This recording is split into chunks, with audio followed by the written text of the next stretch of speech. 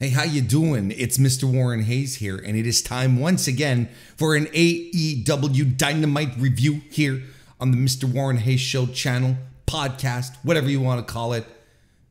You can like and subscribe if you're watching on YouTube right now, or you can leave a 5-star review on Apple Podcasts or a 5-star rating on Spotify if you're listening to this on your favorite podcast application. That'd be great. Because all these little things, you know what they do? They help grow the podcast.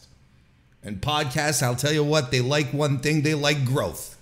And their creators like the growth as well. It's a vicious circle. Or a fantastic circle. I don't know how vicious it is really. But listen. I'm recording this on July 5th. That's right. The July 5th Dynamite is over. It hasn't been ended for long. I took a shower, and I came back, and I sat myself down. I had my notes. I'm like, let's do this. So I'm recording this as opposed to what I usually do, right? You know, sleep on it, wake up the next day, you know, and then come in with some fresh perspectives. You know, a night spent sleeping sometimes will help guide one's thought process, but not today. I can't do that today. Work has me busy tomorrow, very, very busy. So, I don't want to miss a window of opportunity. I don't want to do this, and have it show up like at 10 p.m. either. I feel y'all sort of expect this at a certain time now. And I want to respect that. I want to respect your time. First and foremost, that's why I'm doing this tonight as opposed to trying to squeeze it in, and do it haphazardly tomorrow. I've got a busy day, and I might just come back from that busy day and be like, exhausted and heat stricken. And I was like, nah, I just want to do a nap. And then I come here and I do this all cranky and gross. Well, crankier and grosser than usual. How about that? No one wants that. And and that would not be fair to you tuning in, watching, listening right now. Thank you for being here. So we're more in instant reaction mode tonight. More one of them old post shows that I used to do. We're more in that beat here tonight, but let's get right to it. I mean, no point in beating around the bush too much. We'll just hop right in here. The July 5th Dynamite that was held at the Rogers Place in Edmonton, Alberta. 5,177 distributed tickets, according to WrestleTix, as I am recording right now. This might change tomorrow, but as it stands right now, 5,177 for a 7,103 setup of the venue, which isn't bad. We're in the upper margins of Dynamite attendances. The Canadian tickets are a little more expensive because of rates. I was going to say conversion, but that's not the word. What's the word I'm looking for? When your money, when you conversion, maybe that. What do you want from me? It's late. The price. Our dollar's in the shit is what I'm trying to say. So if we want American things to come at us, they're all a little more expensive. There you go. But no, this was a good crowd and a hot crowd. Super, super hot crowd. And look, I'm going to start this off right now and just putting this out there. This is a Dynamite. And I'm going to talk through it. And maybe as I'm talking through it, there's things that are going to coalesce in my brain, things that I didn't necessarily jot down as I was taking the notes thing. But this is a Dynamite that, as it was going along, I was sitting there and I was looking at it and I was like, I should not be enjoying this Dynamite. I feel like everything that was happening, there was a lot of things happening on the show that by definition, I should be hating. And yet, I didn't think it was that way. I enjoyed the show. Events happened. This will not be, the work rate Dynamite that we will all remember. But I'm also starting to see a pattern in in how Tony approaches Dynamites. On occasion, he will drop a Dynamite where there's a lot of promos, there's a lot of stories being set up, a lot of angles being established, and it might be a little lighter on the wrestling side. Might not be as exciting because, I wasn't popping out of my seat for, all these matches. Don't get me wrong. There were some great matches on this show. We're going to get to it, but yeah, well, you know what I mean? Like, this wasn't one of these all-timer Dynamites, but it wasn't a bad one either. And I feel like I should be sitting here and telling you this was bad because there were so many things in here that irk me, that annoy me by definition, and yet seem to work here. Such as kicking off the show with a promo. I'm never a big fan of that, but it did establish very quickly a story here. We had Darby Allin and Keith Lee hanging backstage with Renee Paquette, and they're all chit-chatting together, even though Keith Lee and Darby Allin are on separate teams for the Tag Team Eliminator quarterfinal tournament. By the way, no, let me finish this first. Hang on. I'm trying. See, this is what happens when you do the instant reactions. This is it. It's like things keep popping into my head. I'm like, wait, I should talk about this, but no, look, I'll just write it down here. Darby tells Keith Lee that basically he's a shadow of his former self. That if Lee feels like he's lost in the shuffle, he should either do something about it instead of crying about it, being all therapy man, being all like tough love Darby Allin. It's like, hey, Keith Lee, what happened to you, Keith Lee? Are you just sitting around moping, Keith Lee? Where's your cloak, Keith Lee? Gave him a pep talk. I don't know how I feel about Darby Allin pep talks. And if I'm Keith Lee, I'm legitimately looking at this kid and I'm like, wait, who the fuck are you? What are you doing? What are you trying to tell me? I am Bearcat Keith Lee.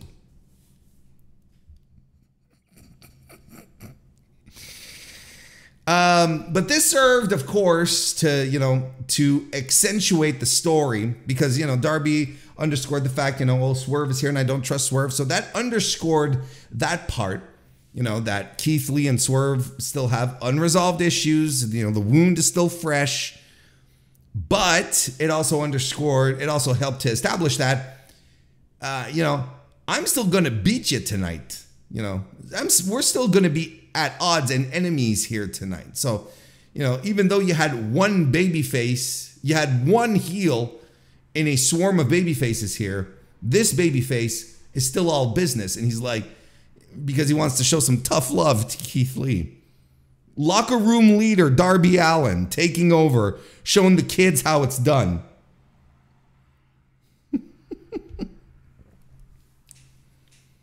Hopefully you don't hear too much of the street noise. I kept my window open. It is sweltering in La Vieille Capitale today. Like, ridiculous.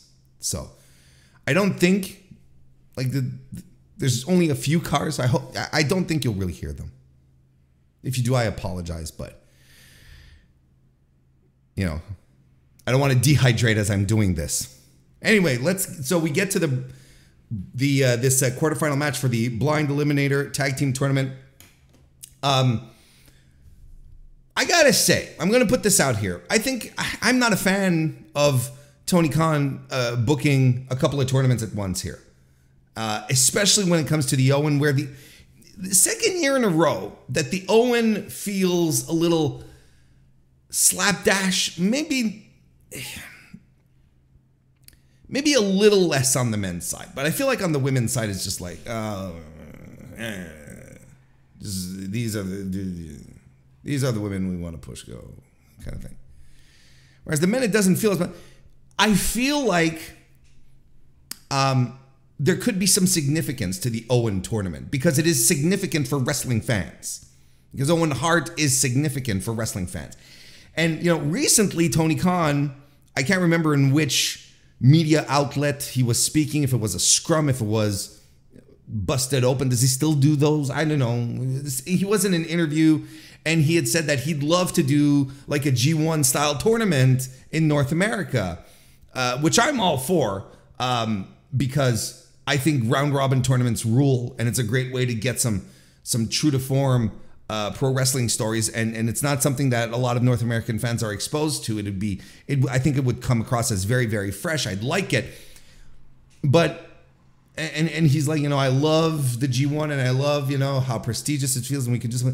I feel like TK has in his hands a tournament that could feel very prestigious, that could feel like a very big deal, but he's not putting it at the forefront of being that big a deal. Last year was a big deal because it was the first time that Martha Hart authorized any wrestling promotion to just go ahead and do something with Owen, and we all rejoiced. There was celebration and some shedding of tears at the wonderful news, and at the this memoriam that we set up for Owen. But I feel like the tournament could be bigger. It could feel more significant. It could take up more space on Dynamite and in the mindset of fans.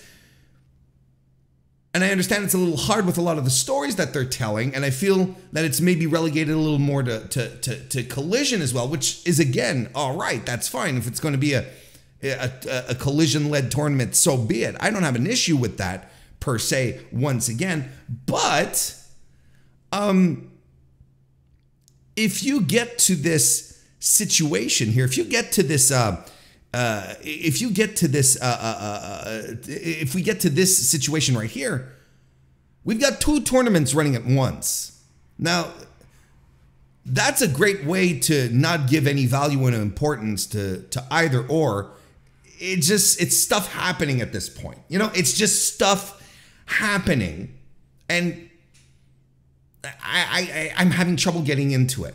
And I have trouble I think the Owens doing a good job on the men's side, because of who's involved and how they're establishing things. I think the ladies' side is suffering a little bit. But listen, we'll talk about that a little later. But I think one tournament at a time would have been fine. Anyway, regardless, we're still having the blind eliminator tag team. Just call it Lethal Lottery. And Darby Allin in this match, along with Orange Cassidy, defeated Keith Lee and Swerve Strickland. And I thought this was a great opener to the show. Great opening match. And a match where Keith Lee felt like Keith Lee again. And I think that was the purpose of the opening promo, was to shake some sense into Keith Lee. And Darby Allin slapped him in the face. It's like, show us what you got kind of thing. It's still weird that it was locker room leader Darby Allin who pulled this off. But Keith Lee felt like Keith Lee again. Big, immovable, dominant. He throws Darby across the ring. We're still waiting for Darby Allin to land. Orange Cassidy and Darby Allin have to double team Keith Lee to get him down. And the story here is that Lee, on his own accord, doesn't really care if he's doing damage to Swerve. And Swerve is reciprocating. He doesn't care if he's harming Keith Lee at all. Swerve, and there's this great spot that exposes this, at a fantastic spot where Swerve goes up for a superplex, but Lee grabs him and power bombs him off the top rope just as the superplex is executed. That was a fantastic spot. It looked great. Darby Allin gets stuffed under the steel stairs. Keith Lee Fireman carries Orange Cassidy up those stairs. Well, and stomp, and Darby's like, my insides, my most of my body, Orange Cassidy can't land signature offense until he connects with Darby, and then Darby hits a code red. There's some miscommunication between Swerve and Lee, and the Last Supper gets the job done for Darby Allin on Swerve. Cassidy and Allin are pushing forward here.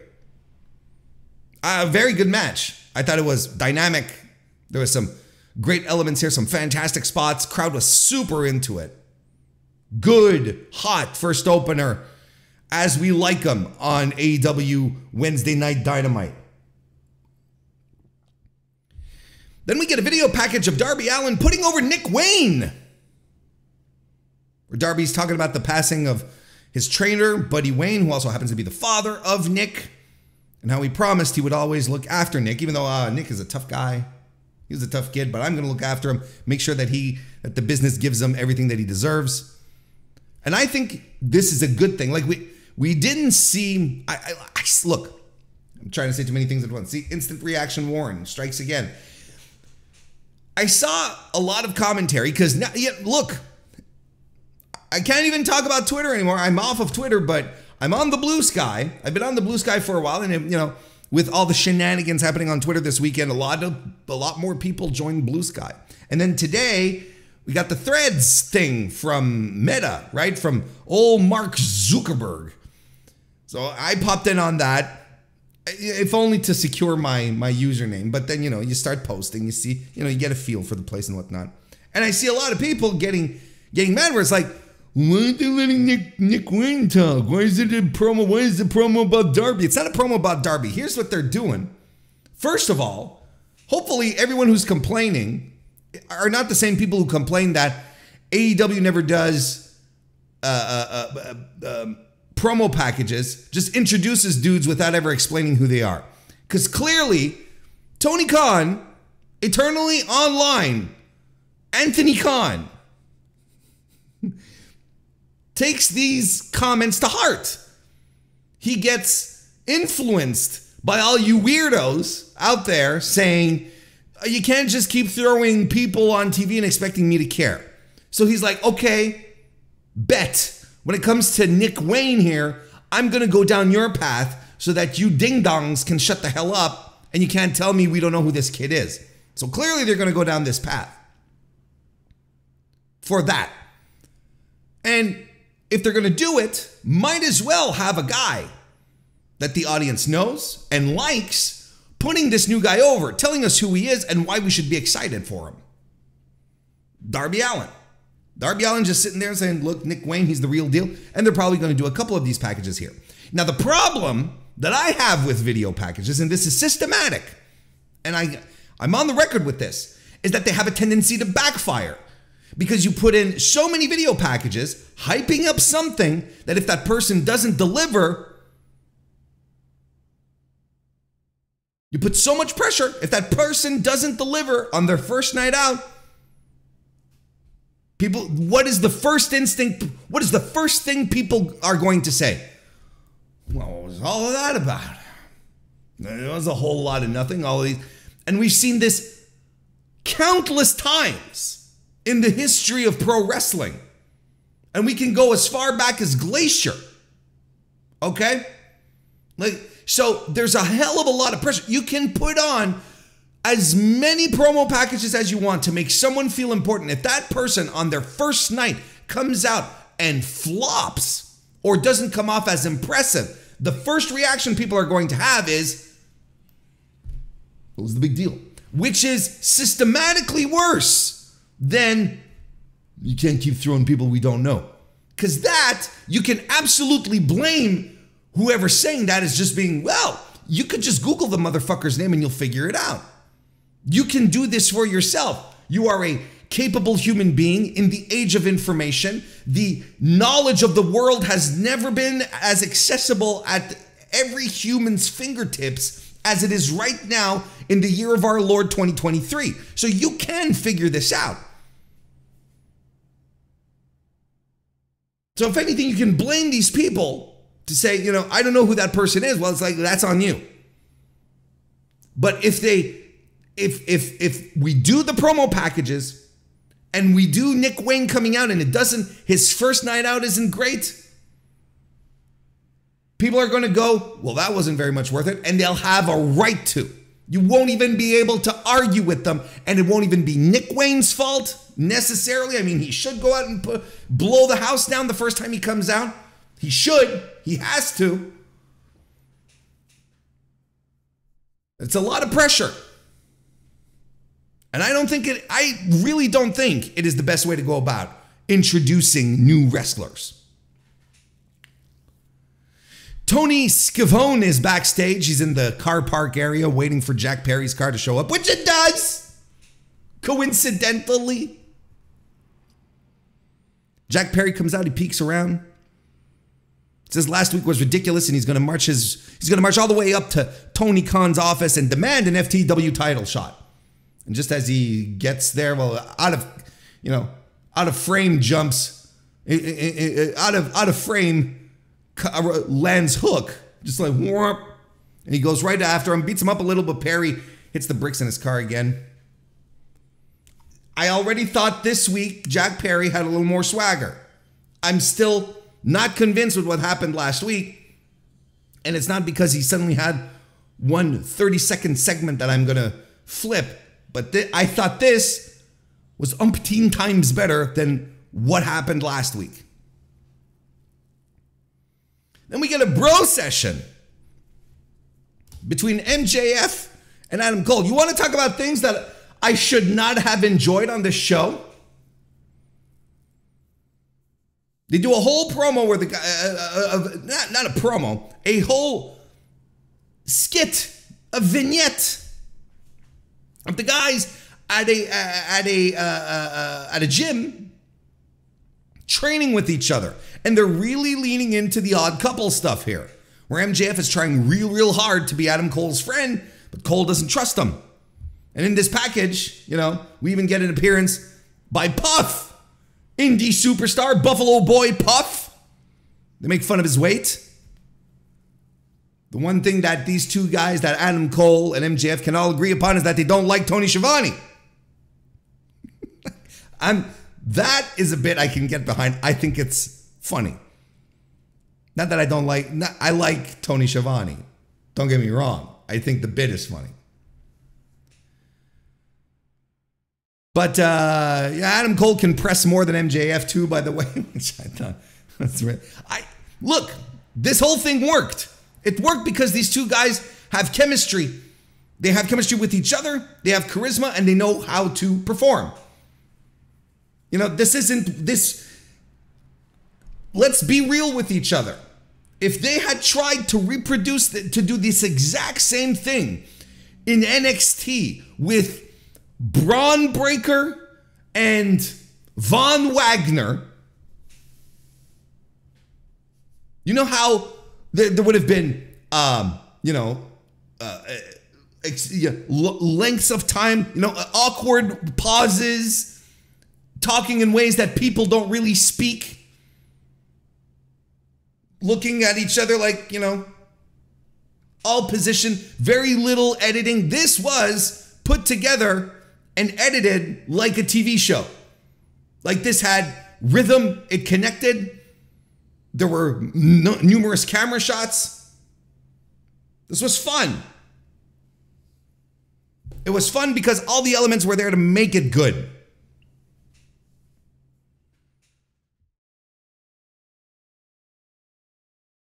So that's what happened. Then there was, let's get all of the Adam Cole MJF stuff out of the way right here. All right, we're gonna break the sequence a little bit, but I'm gonna bring let's get it all out of the way and then wrap all my thoughts up in one spot instead of waiting until we'll talk about this later. Let's just get it all out of the way.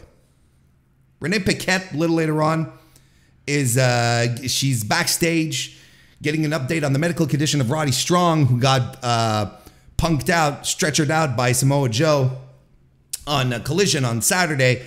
He's in a neck brace. Doc Samson says, well, he's going to need some time to recover. Rod says, nah, what are you talking about? I'm good to go. I feel fine, Doc. I feel fine, Doc. Adam Cole arrives in gear, checking up on his friend.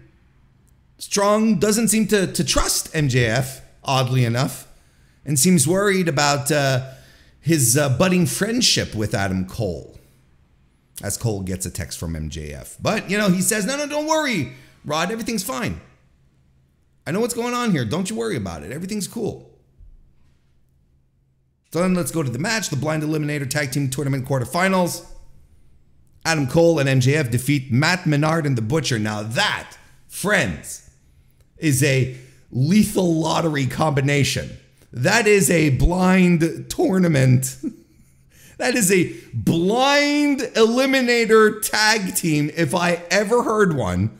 Matt Menard and The Butcher. And I'm glad, look, because a lot of these tag teams are not... okay, we know this is all kayfabe. It's all rigged. It's not truly random. Not when you're getting Keith Lee and Swerve, who have this deep, deep history together, or Orange and Darby Allin, who've been tagging together for the past couple of months, right? That's on and off. And then Adam Cole and MJF, who just happen to be rivals, you know? It's like, you know, you see those and you sort of cringe, you groan, you go, oh, all right.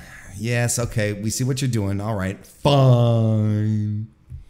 But then you get dropped a true random, a true RNG, a legitimate RNG team. Matt Menard, The Butcher. MJF is super into the Adam Cole entrance, and he, you know, they combine it. He even does the Roderick Strong pose when Adam Cole does the bebe. There's a lot of shtick in this match and in this entire show. Jesus Christ. But there's a lot of shtick in this match, including the abdominal stretch spot with Matt Menard as MJF tries to get Cole to cheat. But MJF in this match is your babyface in peril. He is full on babyface mode here. Cole finally gets the hot tag, fights off both the Butcher and Menard. Cole lands the boom and gets the pin, despite MJF really wanting to get in. MJF was like, no, I'm not doing this. And MJF wasn't mad about it.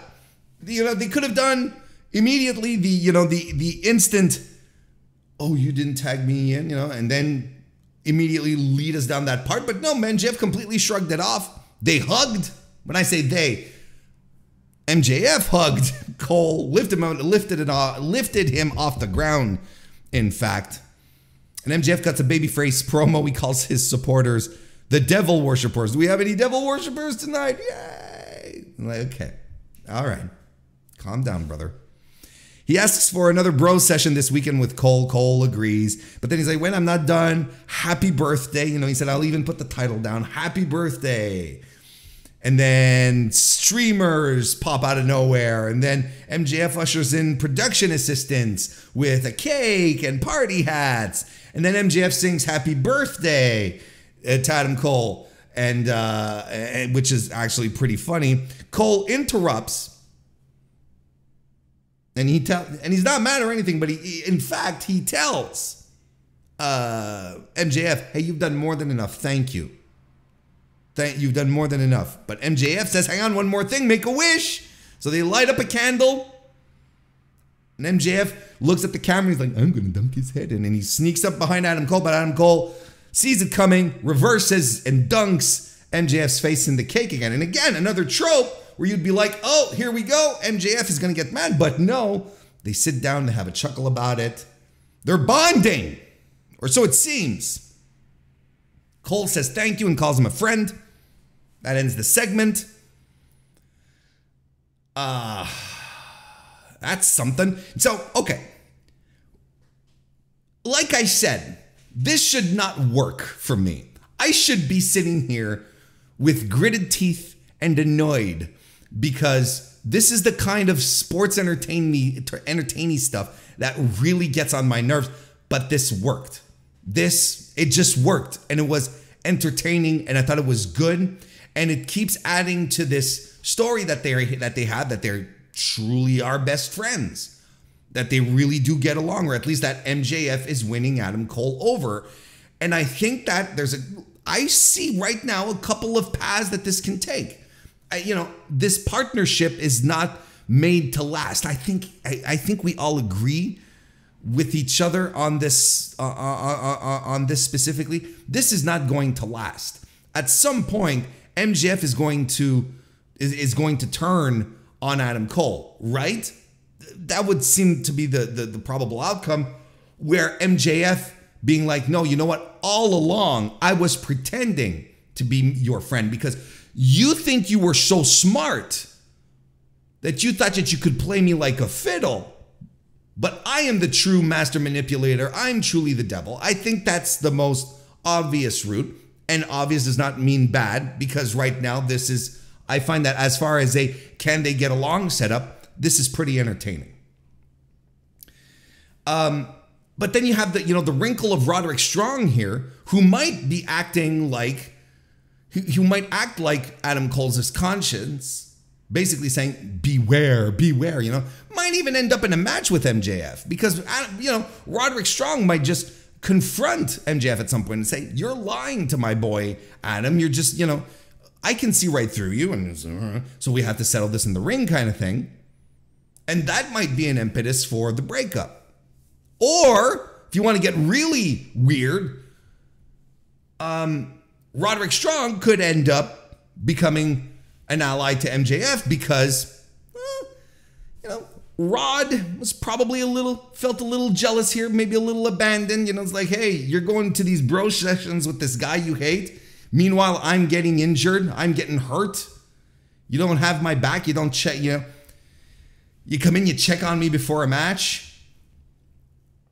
kind of thing. You don't listen to my advice kind of thing. I think that's also an avenue that could happen here.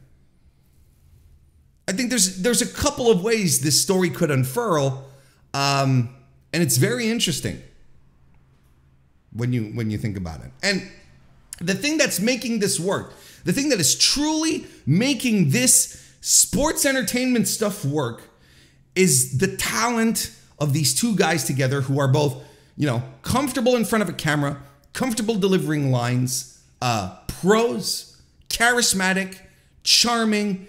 Chemistry between them both. They play off each other wonderfully. Like, this is world-class stuff. This is not awkward promo 101 class in NXT. This is not people, having promo offs on Monday Night Raw and everything feels stilted. This is good. This is well put together. This feels like I'm watching wrestling, that I'm watching wrestling with some of the best wrestlers on the planet.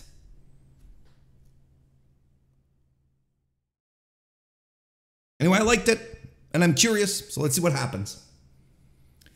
Billy Gunn and the Acclaim defeated the Blade and the Bollywood Boys, making an appearance. Good for them. This was okay. It was a crowd pleaser. This is what this was for. Get the Acclaimed out there, have them play the hits, win the match. It was fine for what it was. Perfect even. But Harley Cameron appears on the Tonytron with the QTV shtick, and she says that she's going to have a music video for us next week. And I could not be less excited for anything else than a music video from Harley Cameron and this QTV nonsense. I could not give a shit. Because this is bad and corny and stupid.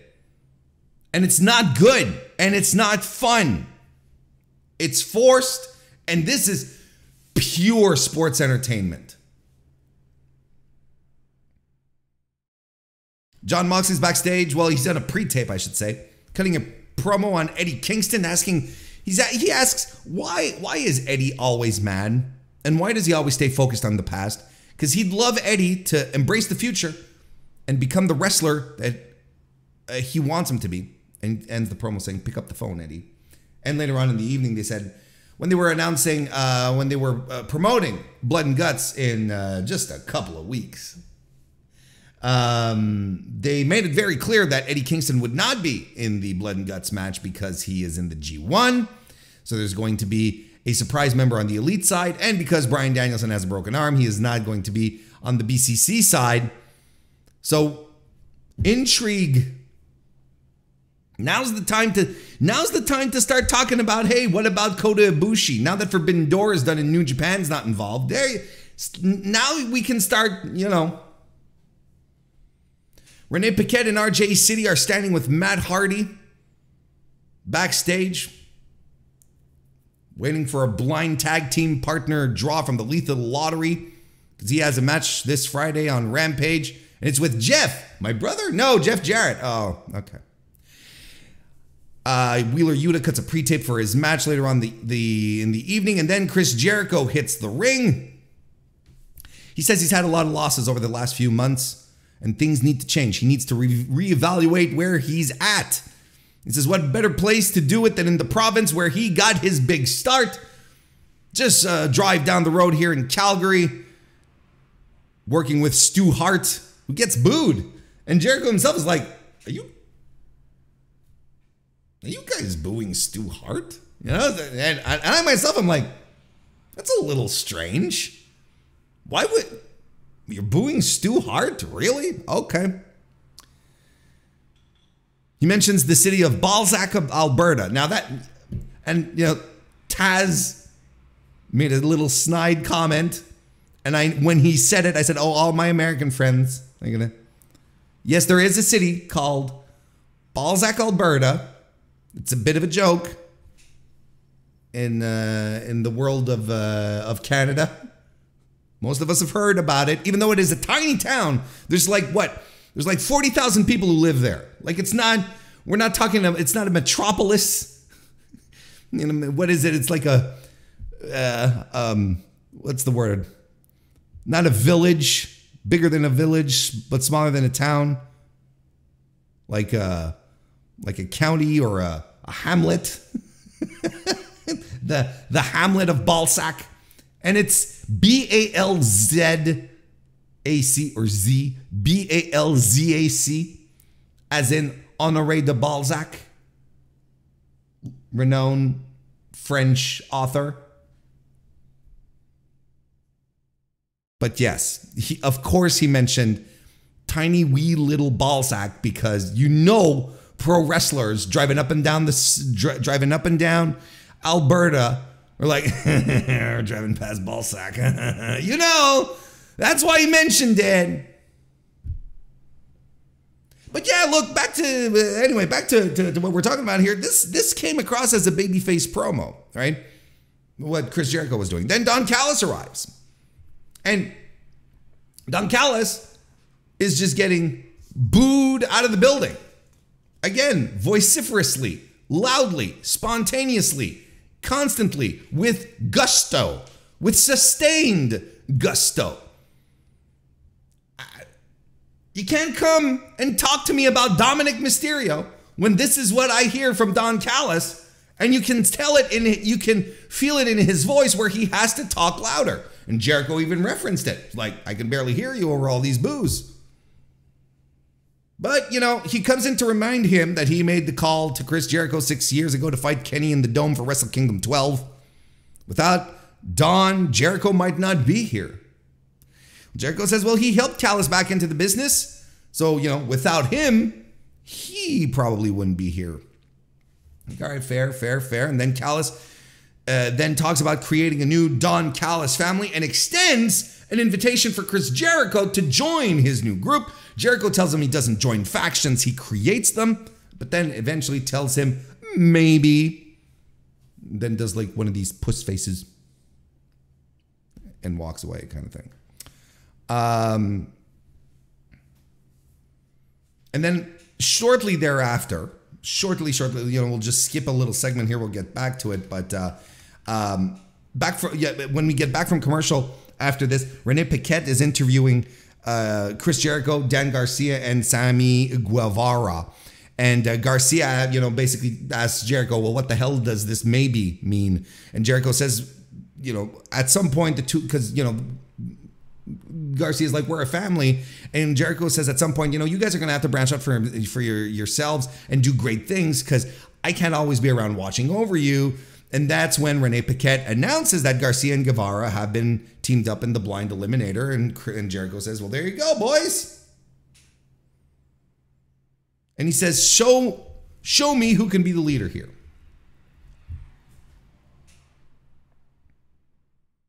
So is the Jericho Appreciation Society breaking apart? Kind of feels like it, doesn't it? It's been feeling like that for a short while. Is it a good idea to break him up? I guess.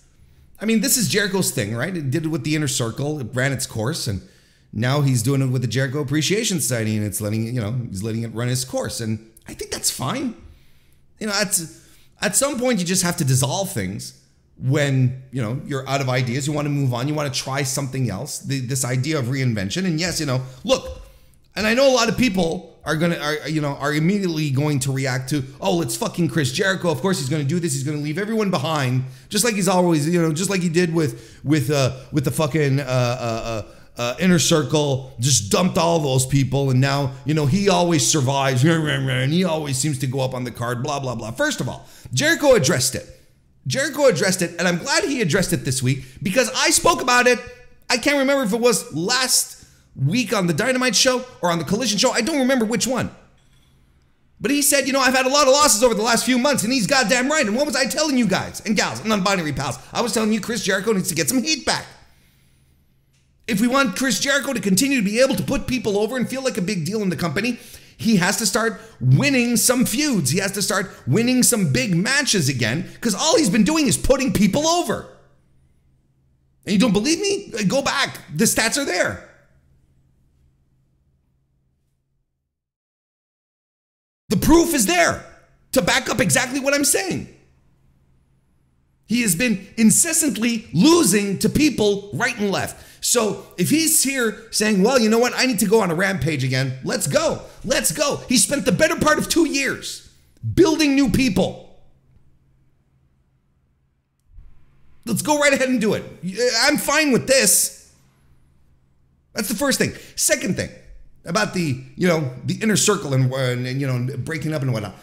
I will say this. I feel that everyone in the Jericho Appreciation Society will be better off. Will all have been. They all gained from working with Jericho.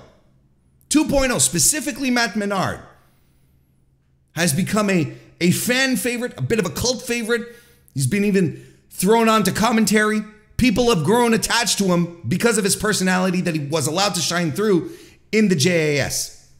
Sammy Guevara was fine. He continued to be fine here. Anna JAS grew into her character while working with Jericho. And the big winner is Dan Garcia, a guy who when he came in, was dismissed by, all of the weirdos, saying, oh, it's another guy. It's another guy in little black boots. Just another guy in little black boots. And now you cannot say that about Daniel Garcia anymore, because this guy has created a persona for himself, an aura for himself. He's leaning into the performance side of pro wrestling on top of being a fantastic pro wrestler. He's absolutely blossomed with his time in the JAS. The more you think about it, you look back and you're like, remember when they were teasing for him to go join the BCC? I think this was the best thing for him, to stick with this plan, and it worked out great for him. Jake Hager, who cares? That doesn't matter. And what else are you going to do with the Jericho Appreciation Society at some point, right? At some point, you're just like, yeah, let's move on. Otherwise, what? You hang on to a group for 3 to 4 years. You have them say the same stories over and over again, wink, wink. Or you do something, where you change leaders and you move people around for, over a decade, to the point where, it doesn't feel special anymore. It's better to retire sooner than later, before people really get fed up.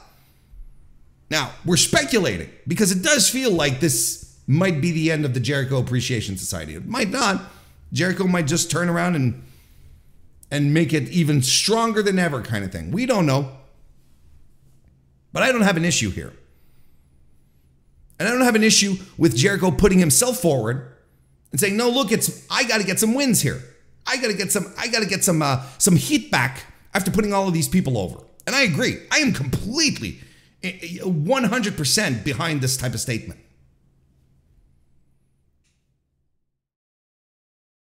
Just before the Renee Paquette Jericho Garcia Guevara thing, we had a video package for Samoa Joe versus CM Punk at Collision, putting over the fact that CM Punk has never, ever, ever, ever defeated Samoa Joe, but he said this Saturday I'm going to do it. And this promo package, this vignette, this pre-tape, whatever the hell you want to call it, sort of set a seed of doubt in my brain as to whether or not CM Punk might win. I'm not sure anymore, because they're really leaning into the fact that he's never beaten Joe.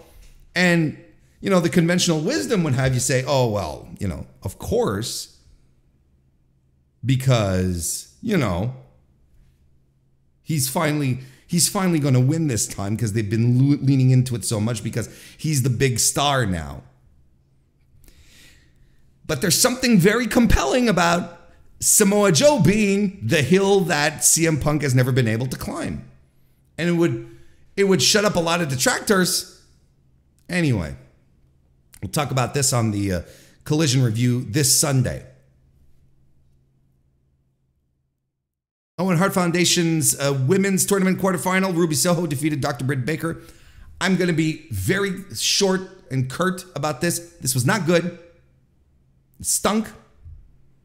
I have nothing to say about this match. Aside that, I'm very disappointed. And Britt really felt like she was phoning it in. Sky Blue at the end comes out to confront Ruby Soho. I got nothing here. This is bad. I don't know what's going on. And then the main event, Kenny Omega defeated Wheeler Yuta. This was tremendous. Fantastic match. Great opener. Fantastic finisher. Yuta keeps showing up, proving that he can hang with these top level guys. Of course, that's all he's only been working with top level guys. This is the thing too. He hasn't been meandering around the lower mid card working with the scrubs. He's been up here working with the likes of Jon Moxley, Claudio Castagnoli, Bryan Danielson. Yeah, I almost did it, but I didn't. Kenny Omega, the Young Bucks. So of course, he's able to hang with these people. Kenny just being the top tier pro wrestler that he always is. And he goes, here's where I massively popped. He goes for the you can't escape, but he can't get it all the way because his neck hurts. He's from taking the Tiger Driver 91. And I popped out of my seat. I was like, that's right, Kenny. You go.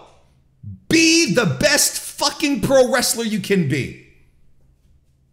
I'll show all of these concerned trolls and the safety police and all of these thought pieces that we got on how dangerous this move is. You come out and they're like, oh, my neck, ouchies, because of this terrible move I took.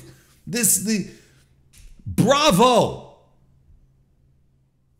I was into this. The minute I saw this, I was like, fantastic. This is pro wrestling. Yuta takes advantage of this, throws him into barricades and whatnot. He gets a big heat segment. Kenny, of course, fights back, lands a fisherman's buster suplex. Wheeler Yuta avoids a V-trigger and slams Kenny Omega. Omega does a leg trap superplex because, you know, he just likes throwing his body around. We get some German suplexes by Wheeler Yuta, some snapdragons by Kenny Omega. Yuta eats a V-trigger, rolls out of a one-winged angel attempt into the seatbelt, but Kenny Omega kicks out. I thought he had it. I thought Wheeler had nailed it. Get a V-trigger, but Don Callis comes out to distract, which allows Konosuke Takeshita to sneak into the ring without the referee noticing, hits a blue thunder bomb. Wheeler Yuta goes up top, lands a splash, referee comes to count, Kenny Omega kicks out. And again, I thought we were done. But a one-winged angel puts Wheeler Yuta away. This was great. I thought this was a fantastic main event, a great way to close the show. after the match, Takeshita and Claudio attack Kenny Omega. But then the Hung Bucks arrive for the save with some chairs. And as we're going off the air, there's all this chaos going on, and we're running out of time. And Excalibur's saying, come back to Collision this week, blah, blah, blah, blah, blah. He's doing his thing. And as we're going off, Hangman winds up to crack Claudio across the head with a chair. But the Dark Order pop up, and they take the chair away, and then we cut to black. Tape machines are rolling. That's what I wanted to hear. We'll keep you updated, folks. We'll show you what happened next week. And it's amazing to me. And look, this is, it's a constant problem, and not just with AEW, with WWE as well. Doing the live shows, the timings, the timings get pushed around. And this often happens, and it happens in WWE as well. It's nothing special to hear. It happens on any live show. And you have these guys here coming out, and there's the chaos, and there's, people don't like this, and I demand more of it. I love when a wrestling show ends in chaos and things happen, and you're like, I was doing the what's his face meme? Pointing. Why can't I think of it? DiCaprio. I was doing the DiCaprio meme where he's pointing, he's pointing at the TV set. I was like, it's the Dark Order. Oh shit, it's done. And I love that, because then I'm like, this is great. Chaos. Crazy shit happening. Energy. Shit happening. And this is another thing that I guess helped me appreciate this show tonight. Shit was happening. Stuff was happening on this card. So we get we get two fantastic matches. We get a very middling undercard. We get some things that, have nothing to do with in-ring action, but that I enjoy tremendously. Couple of stinkers along the way, but that's why I'm sitting here telling you I think this was a good show. I think I enjoyed the show. I think this was pretty good, and it's a show that I should have hated. By definition, by the way it was structured and the things that were happening, I should not have liked this, but I did. And it's a testament to the talent of the people who are there doing the things that I hate and doing them well enough for me to be like, this is pretty good. I'm having fun. I'm enjoying this, and it makes sense.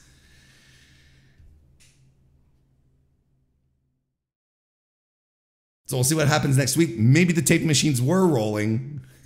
We might see some highlights next week.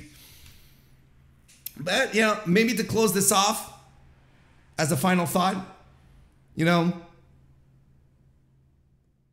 I think to a degree, especially with the way the show finished, this exactly shows the difference between Dynamite and Collision, where Dynamite is frantic. Dynamite has this chaos about it, which makes it special, and that bugs the shit out of some people. But I look at it and like, look, there's always shit happening, and it's all over the place in a good way, and I love it. And Collision, poised, lots of room to breathe, long matches, and I love it. Two from the same company, creating two entirely different feeling shows, two different proposals, two completely different offers of pro wrestling. Not completely, but completely is I might be going off the wall here a little bit, but significantly, they feel significantly different from each other to feel like their own distinct thing. It's not as if you're watching Collision 2 on Wednesdays. It doesn't look like you're watching Dynamite 2 on Saturdays. They feel like two different things. So that's where we're going to wrap it up on. We're going to see each other again on Sunday, I should say, for the AEW Collision review. Hopefully, it will not be as hot so that I'm not sweating through my t-shirt like I am right now, which is pretty fucking gross. I'm not going to lie, but thank you for if you're watching this right now, I appreciate you, and hopefully, it wasn't that too off-putting. If you're listening to this on audio, it's fantastic.